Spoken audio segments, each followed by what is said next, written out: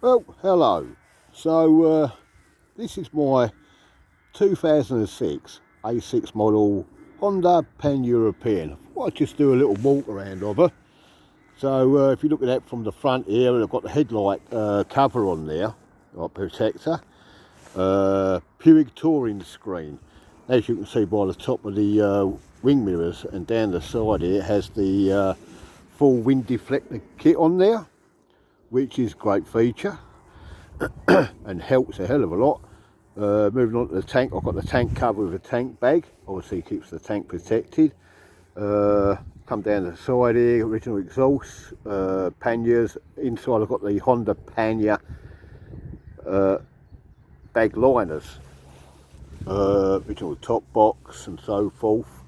I've got the reflective kit on the back boxes there. They're in like a bronzy colour, they light up, which is quite good, but they look dark as natural. Original seat, I did have a top celery seat on there, which was okay, but not as comfortable, believe it or not, as the original.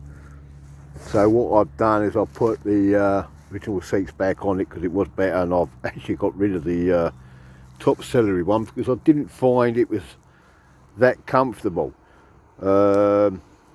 Definitely not as soft as the original, that's for sure. Obviously you can adjust the rear suspension down here by turning the dial. You can soften it up and harden it up and so forth. Heated grips on there. I've actually put on a helibar bar riser system, which has brought the bars up and back. Up there, ball mount, which is great. Put the sat nav up the top. I think if anybody was after a touring bike, I've had 3 FJR 1300s. Again, they've had the electric screen the same, but anything I found with those, down in the Oaks there, a lot of road noise. So, as much as they're a lovely bike, that's the only issue I found with it was that. Now, electric screen the same. Worked a treat on the FJR as well as it does on the Pan-European here. I think I averaged out about 240 miles to a tank, well, I say to a tank, to reserve if you like, on the FJR. Now on here I'm getting 270 odd to 290, taking it easy. So a good fuel range on the Pan. If you was going to go anywhere, you know, between like fill ups, you can do a fair lot of miles. Obviously you've got to pay in the money at the end, but fantastic anyway. Pan-European against the FJR is my personal thing is, if you take them boxes off, ugly. It looks horrible. So you have to kind of, in my opinion, for me personally, I have to leave them on because it just don't look right. I've seen them with like an infill that you can get to put on there. If you take the boxes off, well, that's ugly and all. Whereas the FJR, if you take them off, it looks very sporty still. Why Honda done this design, I never know. I just don't get it. You know, that's the only gripe on a Pan-European that I can think of is the boxes. You just got to keep them on it. That's it. Other than that, nice big bike. Solo, fantastic. Pillion on the back, the missus falls asleep. What else is the difference on the two of them? I'll say I say that the ST compared to the FJR, the FJR feels a bit more sporty. It does feel more throttle responsive, and they do fly, I have to say. They just move like there ain't no tomorrow. But open this up, it'll move just as good, but it just feels a bit more lame if you like. I think these are more for the tourer side. Now let's go and cruise. That's what I think an ST is, and that's exactly why I brought it. The smoothness of them, I think it's 200. The engine just whistles away. If I start this baby up, we'll have a little here. Hold on.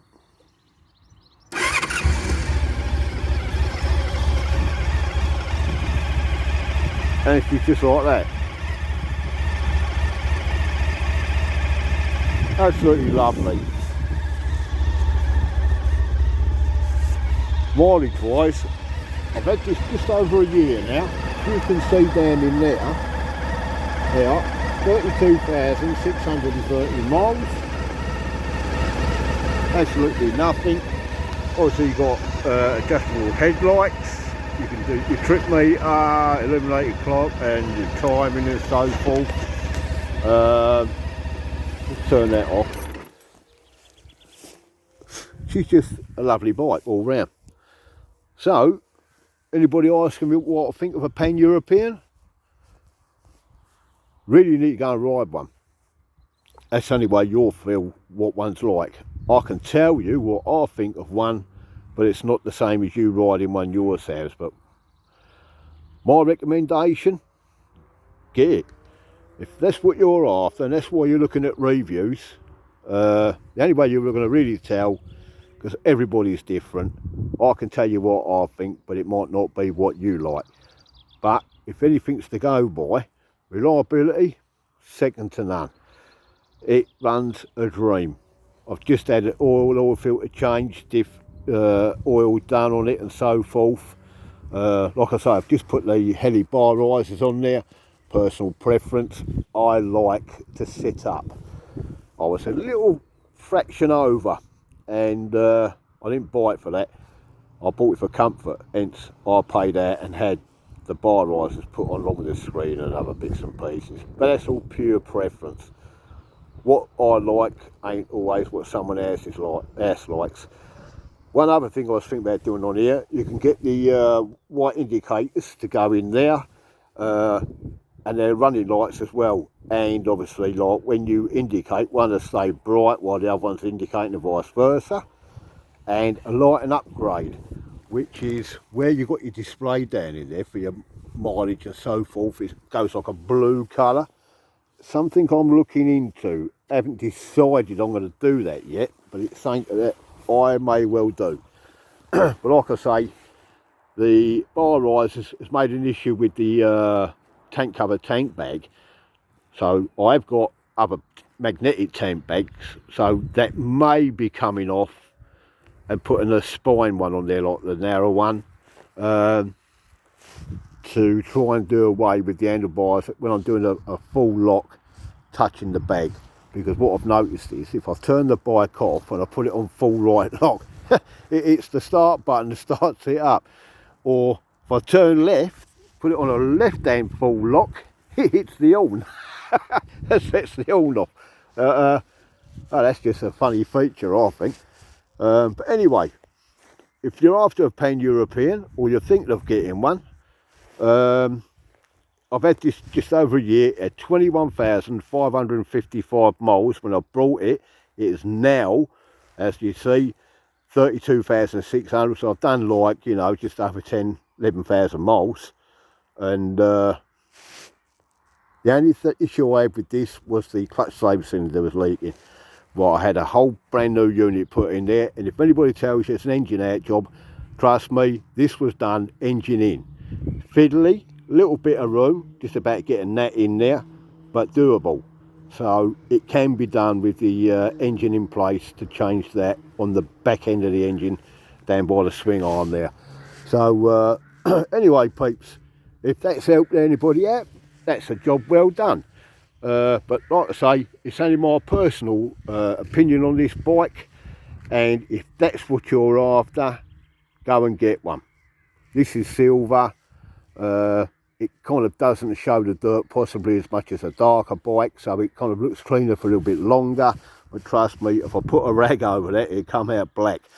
But it just doesn't look dirty as quick as most bikes. The only issue I've got with this, and it's been like it since I brought the vehicle, is if you look at the stanchions, the bottom of the legs down there, as you can see the paint's come away a bit, but at the moment it doesn't affect the bike. It's just an eye problem, but that's all. Other than that, this bike is 1000% and rides 1000%. So if that helps anybody, like I say, with making their mind up, I would suggest before you buy, go and try. Anyway, peeps, hope that's helps you all, and stay safe everybody. Happy riding until the next time.